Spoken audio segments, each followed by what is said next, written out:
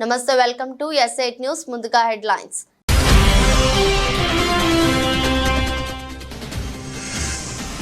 Future city అభివృద్ధి ప్రణాళికలపై సమీక్ష నిర్వహించిన సీఎం. యుద్ధ ప్రాతిపదికన పనులు చేపట్టాలన్న రేవంత్ రెడ్డి.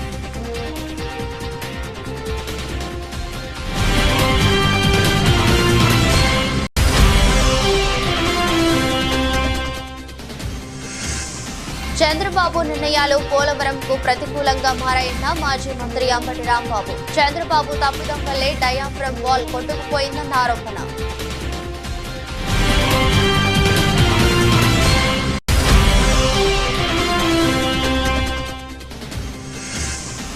ఆదాని పెట్టుబడులు పెట్టినా స్వాగతిస్తామన్న మంత్రి శ్రీధర్ బాబు. రాష్ట్ర ప్రయోజనాలే ముఖ్యమని స్పష్టం చేసిన మంత్రి.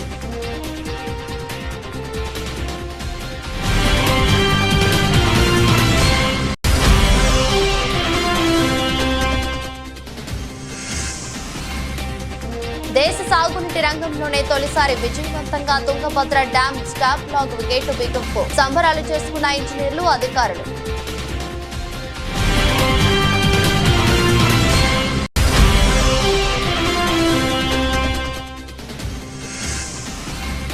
డైమండ్ లీగ్ బరిలో నీరజ్. స్విస్ లో ప్రాక్టీస్ ఆరంభించిన చోప్రా.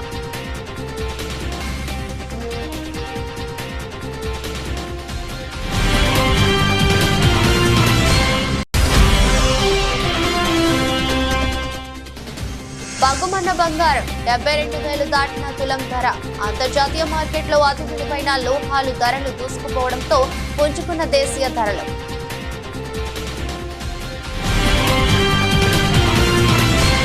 ఔటర్ రింగ్ రోడ్ నుంచి రీజనల్ రింగ్ రోడ్డు వరకు కనెక్టివిటీ ఉండేలా రోడ్డు మ్యాప్ సిద్ధం చేయాలని తెలంగాణ ముఖ్యమంత్రి రేవంత్ రెడ్డి అధికారులకు సూచించారు.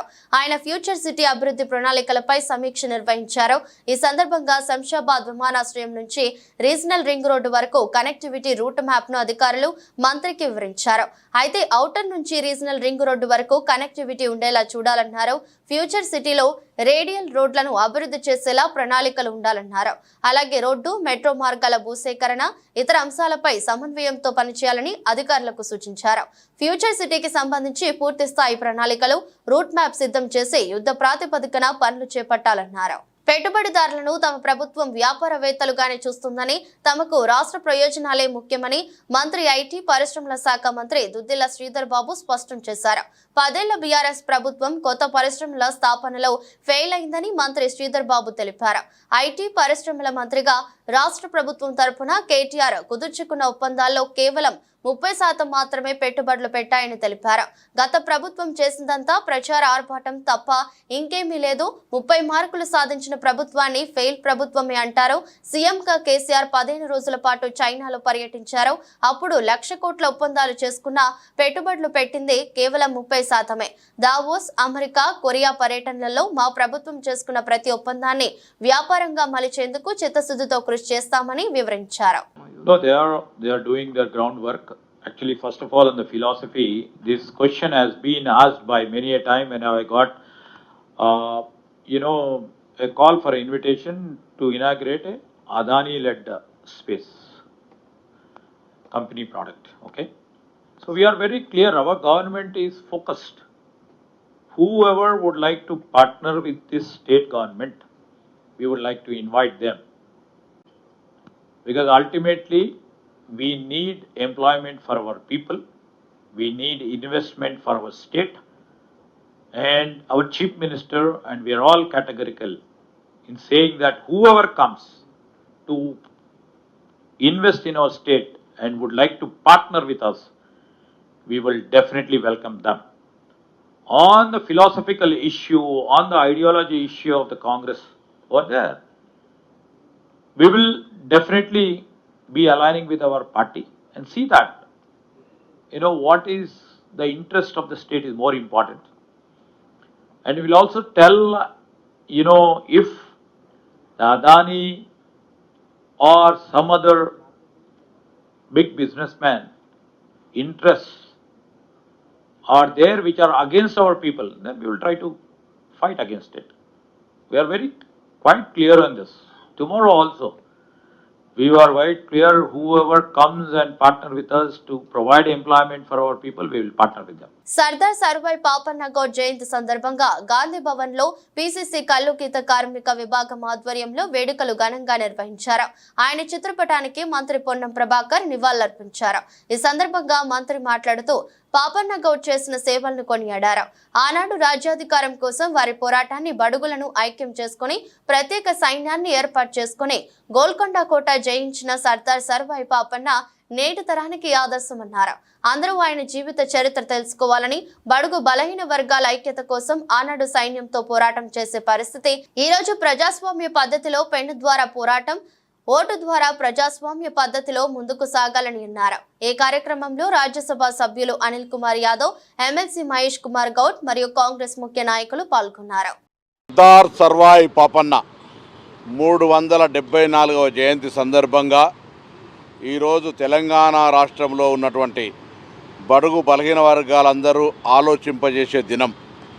ఆనాడు రాజ్యాధికారం కోసం మరి ఒక పోరాటాన్ని బడుగులను ఐక్యం చేసుకొని ప్రత్యేక సైన్యాన్ని ఏర్పాటు చేసుకొని గోల్కొండ కోట జయించినటువంటి సర్దార్ సర్వాయి పాపన్న ఈరోజు ఉన్నటువంటి తరానికి ఆదర్శం.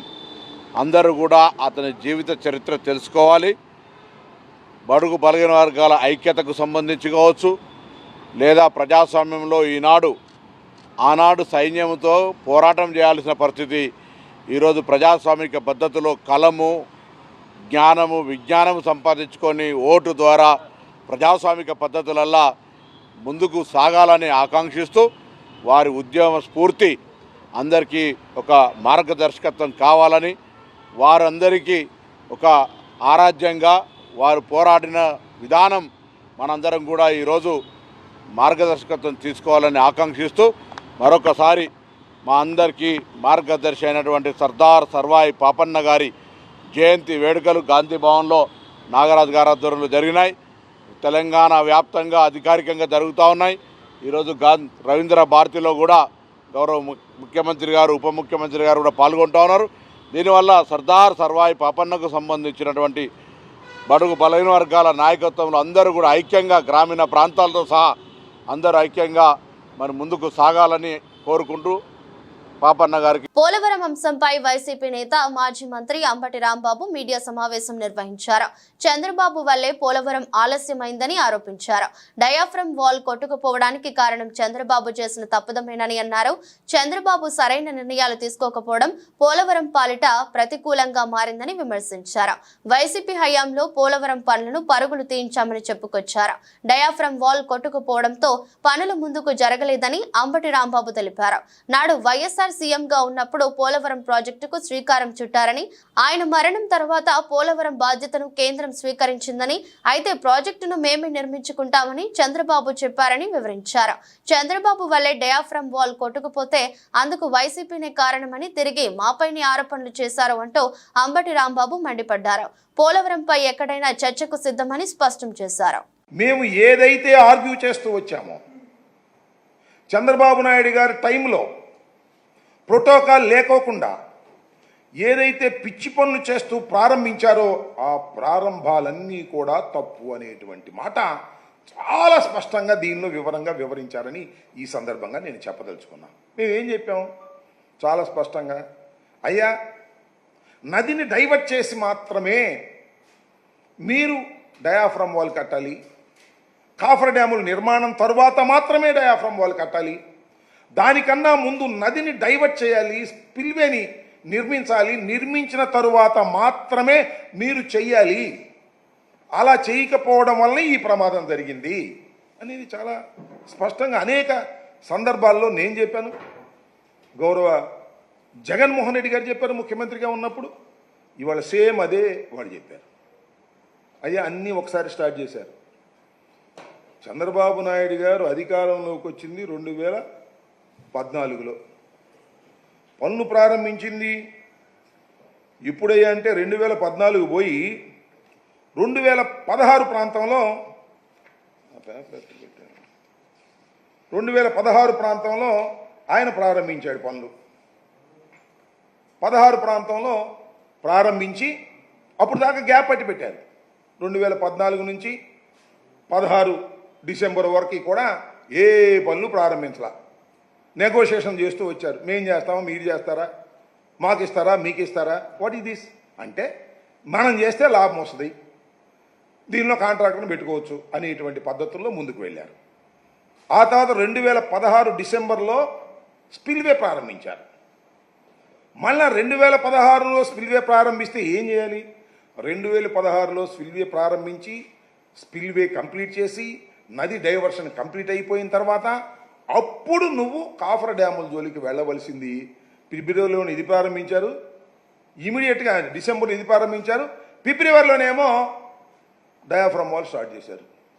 దానితో పాటు కాఫర్ డ్యాములు స్టార్ట్ చేశారు. 2 కాఫర్ డ్యాములు, డయాఫ్రమ్ వాల్ సైమల్టేనియస్గా, అదేమో డిసెంబర్లో పెట్టారు, ఇదేమో ఫిబ్రవరిలో, సుమారుగా అదే టైంలో అన్ని సైమల్టేనియస్గా స్టార్ట్ చేశారు. ఇది తప్పిదం అని మేము అనేక సార్లు చెప్పాం. తెలంగాణ భవన్ లో సర్దార్ సర్వాయి పాపన్న గౌడ్ జయంతి వేడుకలను ఘనంగా నిర్వహించారు. ఆయన చిత్రపటానికి మాజీ మంత్రి శ్రీనివాస్ గౌడ్ నివాళులర్పించారు. అనంతరం ఆయన మాట్లాడుతూ తెలంగాణ బహుజన ఆత్మ గౌరవానికి, ధీరత్వానికి సర్దార్ సర్వాయి పాపన్న గౌడ్ ప్రతీకగా నిలిచారని అన్నారు. సబ్బండ వర్గాలకు రాజకీయ, సామాజిక సమానత్వం కోసం పాపన్న చేసిన కృషి చరిత్రలో సువర్ణాక్షరాలతో ఎప్పటికీ నిలిచి ఉంటుందని చెప్పారు. సర్దార్ సర్వాయి పాపన్న గొప్ప చరిత్ర గలటువంటి ఆ నాయకుని యొక్క చరిత్రను గతంలో ఎక్కడ కూడా ఆయనకు అధికారికంగా జయంతి ఉత్సవాలు చేయాలని కానీ, వర్ధంతి అధికారికంగా చేయాలని కానీ ఏ ముఖ్యమంత్రి కూడా ఆలోచన కూడా చేయలేదు, కనీసం సహకరించలేదు. కానీ తెలంగాణ వచ్చిన తర్వాత ఎంతోమంది వైతాళికులను అధికారికంగా జరపడం, ముఖ్యంగా బడుగు బలహీన వర్గాల నాయకుడు, క్షత్రియులే రాజు కావాలి, మిగతా వాళ్ళు రాజు కాలేరు అనుకున్నప్పుడు మొట్టమొదటిగా రాజై 33 కోటలు జయించినటువంటి వీరుడు. ఇతర దేశాలు గుర్తించి గొప్పగా కీర్తిస్తే మన తెలంగాణ బిడ్డను మనం ఎందుకు కీర్తించొద్దని ఆనాడు ముఖ్యమంత్రి గారు వెంటనే అడగగానే అధికారికంగా జరపాలని, వర్ధంతి జయంతి ఉత్సవాలను జరపాలని చెప్పడమే కాకుండా ట్యాంక్ బండ్ పైన విగ్రహాన్ని కూడా ఏర్పాటు చేయడానికి అనుమతి ఇవ్వడం, నిధులు కేటాయించడం, 500 కోట్ల విలువైనటువంటి భూమి గౌడ భవనానికి ఇచ్చి ఆ 500 కోట్ల విలువైన భూమి పేరు కూడా ఆ భవనానికి కూడా సర్వాయి పాపన్న పేరు పెట్టని చెప్పినటువంటి మా నాయకుడు మరి ఈరోజు వారి పేరు మీద గ్రామాన ప్రతి నియోజకవర్గంలో అధికారికంగా జరుపుకోవడం, చాలామంది అనధికారికంగా చేసుకోవడం, ఒక పెద్ద చైతన్యవంతం రావడం అనేది అది నిజంగా ముఖ్యమంత్రి గారికి, ఆనాటి ముఖ్యమంత్రి గారికి, కేసీఆర్ గారికి మేము అందరం కూడా ధన్యవాదాలు తెలియజేస్తున్నాం. ప్రతి ఒక్కరూ ఆయన చరిత్రను తెలుసుకొని ఆయన ఆదర్శంగా తీసుకొని అన్ని వర్గాలను, అన్ని కులవృత్తులను, రైతులను, కులవృత్తులను కలుపుకొని ముందుకు పోయి రాజకీయ చైతన్యవంతులు చేయాలని చెప్పని, మరి బీసీ జనగణను కూడా ఇమ్మీడియట్గా చేయాలని చెప్పని కూడా ఈ సందర్భంగా మేము ఆయన రిక్వెస్ట్ చేస్తూ ఉన్నాం. సర్దార్ సర్వాయి పాపన్న కిలాషాపురం ఆ గ్రామవాసిగా చరిత్ర, స్ఫూర్తి ఒక చెప్పుకోవాల్సిన అవసరం ఈరోజు. వారి కార్యకలాపాలకు నివాళులు అర్పించడం మరొకటి. ఆ స్ఫూర్తితో ముందడుగు వేయడానికి చేసే చర్యలు చేపట్టాల్సిన అవసరం. సామ్రాజ్యవాదులకు వ్యతిరేకంగా ఈ ప్రాంతవాసులకు ఆదర్శంగా నిలిచిన వ్యక్తి సర్దార్ సర్వాయి పాపన్న. వారి విగ్రహం మొట్టమొదటిసారిగా లండన్ మ్యూజియంలో ఉన్న ఆయన పటాన్ని తీసుకొని దాని ద్వారా తెలుగుదేశం పార్టీ నాయకుడు గ్రామాల్లోని తెలుగుదేశం పార్టీ శ్రేణులకు ఇస్తున్న భరోసాతో వాళ్ళంతా ఇళ్ల పెట్టికిపోతున్నారు. ఎర్రగొండపాలెం నియోజకవర్గ శాసనసభ్యులు తాటిపర్తి చంద్రశేఖర్ తీవ్ర స్థాయిలో ధ్వజమెత్తారు. ప్రకాశం జిల్లా ఎర్రగొండపాలెం మండలం గురిజేపల్లి గ్రామంలో జరిగిన దారుణ ఘటనలో ఎర్రగొండపాలెం నియోజకవర్గ శాసనసభ్యులు తాటిపర్తి చంద్రశేఖర్ గురిజేపల్లి గ్రామం వచ్చి సంబంధిత ఆ రైతుల పొలాలలో తిరిగి నాశనమైన మొక్కలను పరిశీలించారు. ఈ సందర్భంగా మాట్లాడుతూ గురిజేపల్లి గ్రామ రెవెన్యూ శివారులో 5గురు వైసీపీకి చెందిన కీలక నేతలు పొలాలలో 1000 బొప్పాయి చెట్లను గుర్తు తెలియని తెలుగుదేశం పార్టీకి చెందిన దుండగులు నరికేశారని, ఇది ముమ్మాటికి తెలుగుదేశం పార్టీ వారు రాజకీయ కక్షతోనే బొప్పాయి తోటను ధ్వంసం చేశారని విరుచుకుపడ్డారు. కానీ ఎక్కడ వారి మీద చర్యలు తీసుకోకపోవడం వలన రోజు రోజుకి పెట్టలేకపోతున్నటువంటి తెలుగుదేశం పార్టీలోని కొంతమంది నాయకులు వారికి ఉన్నటువంటి ఆ యొక్క కక్షని ఈరోజు తీర్చుకునేటటువంటి ప్రయత్నం చేస్తున్నారు. ఎంతోమంది కష్టపడి 3 నెలల నుంచి ఇక్కడ 4 రైతులు పెంచుకున్నటువంటి ఈ యొక్క బొప్పాయి తోటని నాశనం చేశారు. దాదాపుగా 1000 పైచిలకు మొక్కల్ని ఇక్కడ ధ్వంసం చేశారు, విరిసేశారు, తొక్కేశారు, పీకేయడం జరిగింది. ఇది ఒకరిదే కాదు, నలుగురు వైఎస్ఆర్ కాంగ్రెస్ పార్టీలో కీలకమైనటువంటి నాయకుల యొక్క పొలాలని ఇక్కడ ధ్వంసం చేశారు. ఇదంతా కేవలం ఇక్కడ ఉన్నటువంటి తెలుగుదేశం నాయకుడు, ఇక్కడ ఉన్నటువంటి తెలుగుదేశం నాయకులకి ఇస్తున్నటువంటి భరోసా, వారిని ప్రేరేపిస్తున్నటువంటి విధానం బట్టే ఇది జరుగుతుంది. రోజు రోజుకి 2 నెలలు అయిపోయినా కానీ ఎలక్షన్స్ తర్వాత పెరుగుతున్నాయి తప్ప కేసులు తగ్గుతున్నటువంటి పరిస్థితి లేదు. 3 నెలలు పెంచుకున్నటువంటి మొక్కల్ని 1000 మొక్కల్ని నాశనం చేశారు. ఇవాళ ఈ 1000 మొక్కలు దాదాపు 7 ఎకరాల భూమిలో ఉన్నటువంటి మొక్కల్ని అక్కడక్కడ మధ్యలోగా నాశనం చేయడం జరిగింది. ఇవాళ ఎక్కడైతే ఈ మొక్కను నాశనం చేశారో అక్కడ ఇంకొక కొత్త మొక్కను కానీ నాటితే పక్క మొక్కలతోటి కలిసి ఎదిగేటటువంటి పరిస్థితి ఉండదు, వాటితో కలిసే పరిస్థితి ఉండదు. ఈ తోట మొత్తం కూడా డ్యామేజ్ అయినటువంటి పరిస్థితి. వాటర్ ఇచ్చేటటువంటి డ్రిప్ పైపులను కూడా పీకివేసి వీళ్ళందరికీ తీరని నష్టం చేశారు. ఈ రకమైనటువంటి కక్షా రాజకీయాలకు వేదికగా మారుతున్నటువంటి ఎర్రగొండపాలెంలో ప్రేరేపిస్తున్నటువంటి తెలుగుదేశం నాయకుల్ని, చేస్తున్నటువంటి ఆ నాయకుల్ని కూడా కట్టడి చేయాల్సినటువంటి బాధ్యత గౌరవ ఈ డిపార్ట్మెంట్ వారికి, కలెక్టర్ గారికి, ఎస్పీ గారికి ఉంది. వారందరికి కూడా ఇదే మేము ఇస్తున్నటువంటి పూర్తిగా సాక్ష్యాలతో సహా ఈ పొలంలో నిలబడి వారికి వివరాలని. సిద్దిపేటలో జరిగిన సంఘటన గతంలో ఎప్పుడు కూడా జరగలేదని, అరాచకం చేయడం మంచిదా అని పెద్దలు ఆలోచించాలని మాజీ మంత్రి ఎమ్మెల్యే హరీష్ రావు అన్నారు. 10 ఏళ్ల బీఆర్ఎస్ ప్రభుత్వంలో సిద్దిపేట కీర్తి ప్రతిష్టలను పెంచానని అన్నారు. సిద్దిపేట పట్టణంలో ఎన్జీఓ భవన్ లో ఏర్పాటు చేసిన ఉద్యోగ విరమణ 10వ తరగతి మండల టాపర్లకు సన్మాన కార్యక్రమంలో ఎమ్మెల్యే హరీష్ రావు, ఎమ్మెల్సీలు యాదవరెడ్డి, దేశపతి శ్రీనివాస్ పాల్గొన్నారు. అనంతరం హరీష్ రావు మాట్లాడుతూ సిద్దిపేటకు కీర్తి ప్రతిష్టలు పెంచేందుకు చాలా కృషి చేశానని, కానీ కాంగ్రెస్ ప్రభుత్వం ఎన్నో అభివృద్ధి పనులను మధ్యలో నిలిపివేశారని విమర్శించారు. 99.24తో మొత్తం తెలంగాణలో 119 నియోజకవర్గాల్లో అత్యధిక రిజల్ట్ వచ్చింది ఎక్కడ అంటే సిద్దిపేట నియోజకవర్గం సాధించింది. ఈ సన్మానాన్ని పొందబోతున్నటువంటి చిన్నారులకు నా దీవెనలు, వారి తల్లిదండ్రులందరికీ కూడా నా శుభాకాంక్షలు తెలియజేస్తా ఉన్నా. ఎప్పుడైనా 10 ఏళ్ళు నేను మంత్రిగా ఉంటే, రాష్ట్ర ప్రభుత్వంలో ప్రముఖ స్థానంలో ఉంటే కనీసం చీమ కన్నా సిద్దిపేటలో హాని చేసినామా? ఏ రోజైనా సిద్దిపేటలో నిన్న జరిగినటువంటి సంఘటన ఏ రోజన్నా జరిగిందా? ఒక్కసారి మీరు ఆలోచించండి. సిద్దిపేట అంటే ప్రేమకు, దాతృత్వానికి, సేవకు, మంచితనానికి, అభివృద్ధికి పేరుగాంచే విధంగా సిద్దిపేట కీర్తి ప్రతిష్టలు పెంచాం. కానీ అలా మరి అరాచకానికి పాల్పడుతూ ఏ రకంగా వ్యవహరిస్తున్నారు? ఇది మన సిద్దిపేటకు మంచిదా?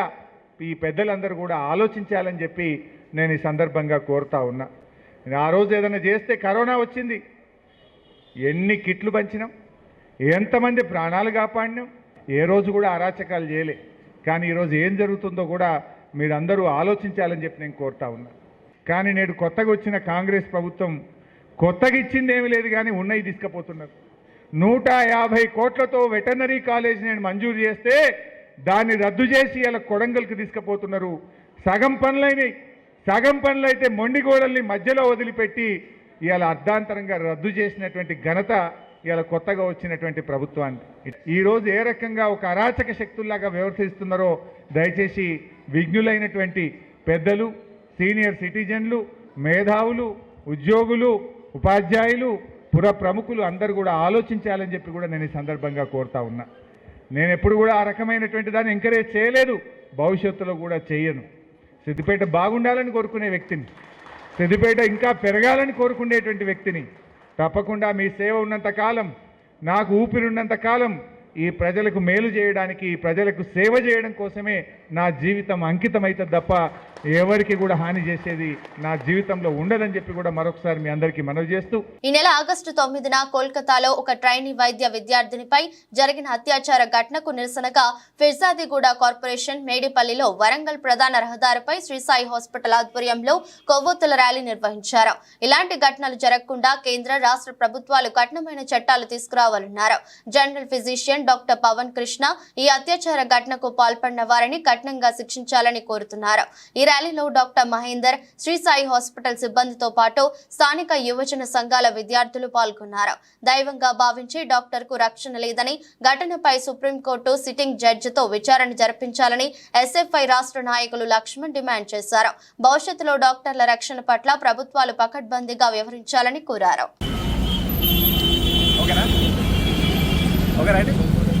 ఆగస్టు 9న కోల్కతా ప్రాంతంలో మౌమిత అనే డాక్టర్ పైన అత్యాచారం చేసి హత్య చేయడం జరిగింది.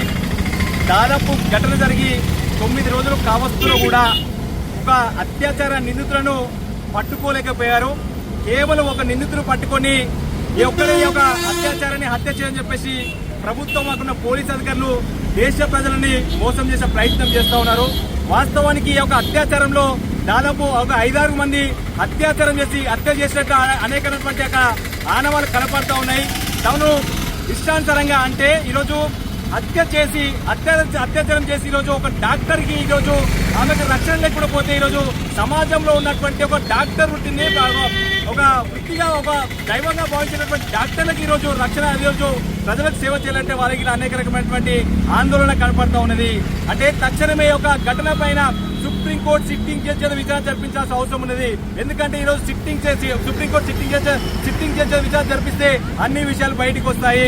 ఈ ఘటనకు సంబంధించిన యావత్ దేశ వ్యాప్తంగా అనేక మంది డాక్టర్లు ఈరోజు పెద్ద ఎత్తున నిరసన తెలియజేయడం జరిగింది. అంటే ఈరోజు డాక్టర్లకు జరిగినటువంటి ఘటన రేపు ఇంకో వ్యక్తికి జరగవచ్చు, లేకపోతే ఇంకో వ్యక్తికి జరగవచ్చు. అంటే ఇటువంటి ఘటన జరిగినప్పుడు ఈరోజు దేశవ్యాప్తంగా ఉన్నటువంటి ప్రజలు కానీ, రాజకీయ నాయకులు కానీ, విద్యార్థులు కానీ, యువకులు కానీ, మహిళలు స్పందిస్తున్నారు.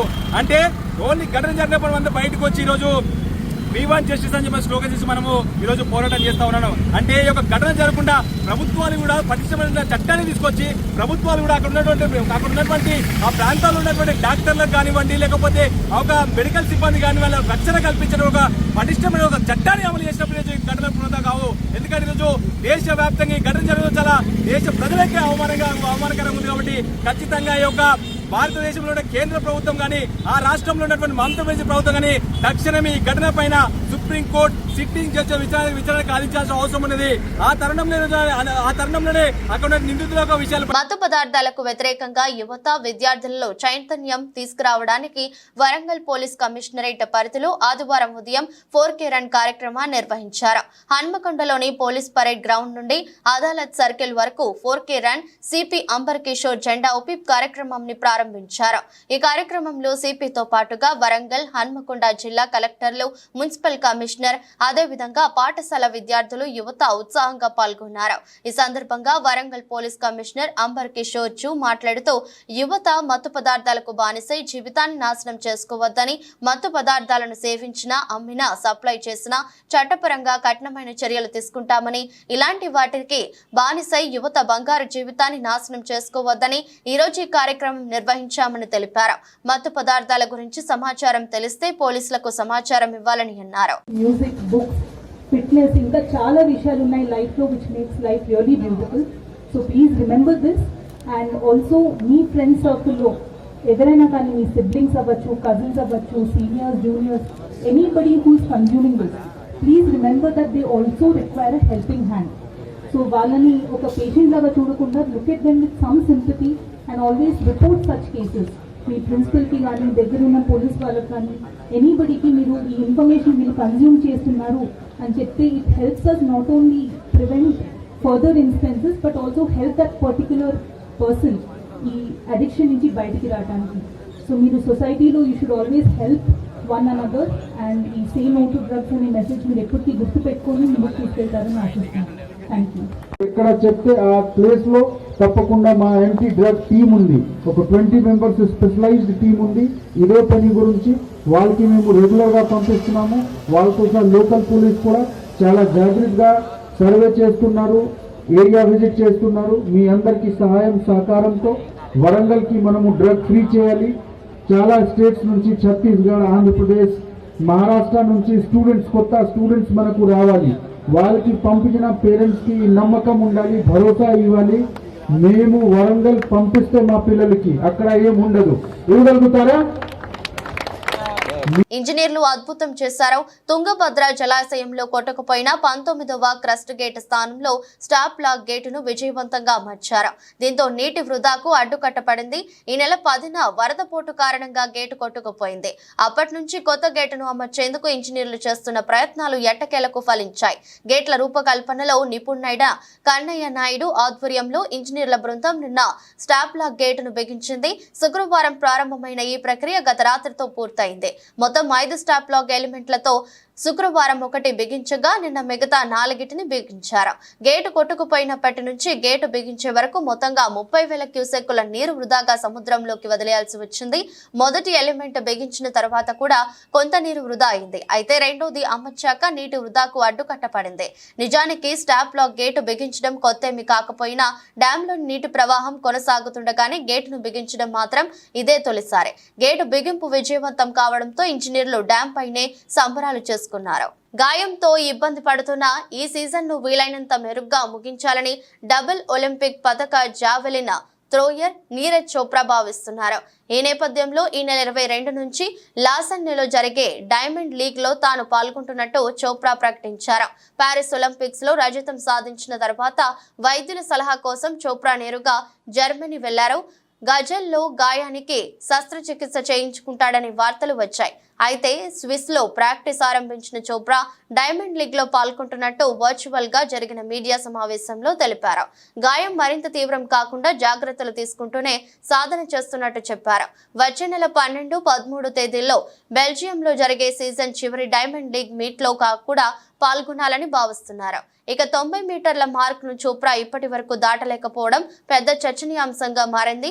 కానీ దాన్ని దేవుడికే వదిలేస్తున్నానన్నారు. బంగారం ధర మళ్లీ బగ్గుమన్నది. అంతర్జాతీయ మార్కెట్లో అతి విలువైన లోహాల ధరలు దూసుకుపోవడంతో దేశీయ ధరలు పుంజుకున్నాయి. వచ్చే నెల సమీక్షలో ఫెడరల్ రిజర్వులు వడ్డీ రేట్లను 0.5% వరకు తగ్గించే అవకాశం ఉన్నట్లు వచ్చిన సంకేతాలు మదుపరులు తమ పెట్టుబడులను అతి సురక్షితమైన పుత్తడి వైపు మళ్లించారు. దీంతో గ్లోబల్ మార్కెట్లో ఒకే రోజు ఔన్స్ ధర 2% వరకు పెరిగాయి. ఈ నేపథ్యంలో హైదరాబాద్ లో తురం పుత్తడి ధర అయితే ఏకంగా 72,000 దాటింది. 99.9% స్వచ్ఛత కలిగిన 24 క్యారెట్ల 10 గ్రాముల బంగారం ధర 1,150 అధికమైన 72,770 పలికింది. అటు 22 క్యారెట్ ధర కూడా 1,050 అధికమై 66,700కి చేరుకుంది. బంగారంతో పాటు వెండి పరుగులు పెట్టింది. కిలో వెండి 2,000 అధికమై 91,000 పలికింది. అంతకుముందు ఇది 89,000గా ఉంది. పారిశ్రామిక వర్గాలు నాణేల తయారీదారుల నుంచి డిమాండ్ లేకపోయినప్పటికీ ధరలు పెరగడం విశేషం. మరోవైపు పండుగ సీజన్, పెళ్లిళ్ల సీజన్ కావడంతో కొనుగోళ్లు ఊపందుకున్నాయని వ్యాపారస్తులు చెప్తున్నారు. వార్తలు ముగించే ముందు మరోసారి హెడ్లైన్స్.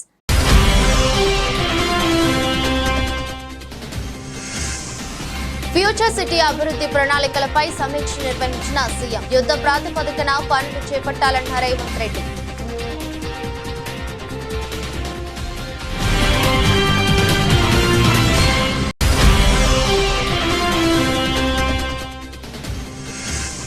చంద్రబాబు నిర్ణయాలు పోలవరంకు ప్రతికూలంగా మారాయన్న మాజీ మంత్రి అంబటి రాంబాబు. చంద్రబాబు తప్పిదం వల్లే డయాఫ్రమ్ వాల్ కొట్టుకుపోయిందన్న ఆరోపణ.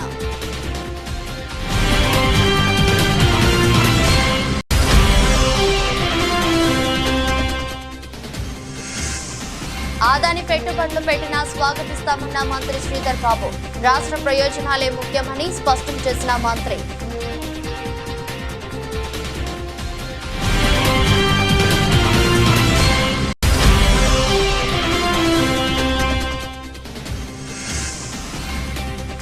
దేశ సాగునీటి రంగంలోనే తొలిసారి విజయవంతంగా Tungabhadra dam stop lock gate బిగింపు. సంబరాలు చేసుకున్న ఇంజనీర్లు, అధికారులు.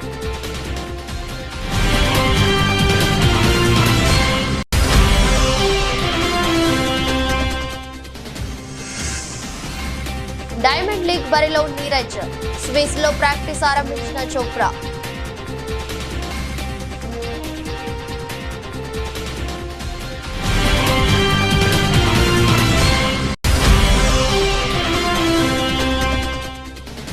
బగ్గుమన్న బంగారం 72,000 దాటిన తులం ధర. అంతర్జాతీయ మార్కెట్లో అతి విలువైన లోహాలు ధరలు దూసుకుపోవడంతో పుంజుకున్న దేశీయ ధరలు.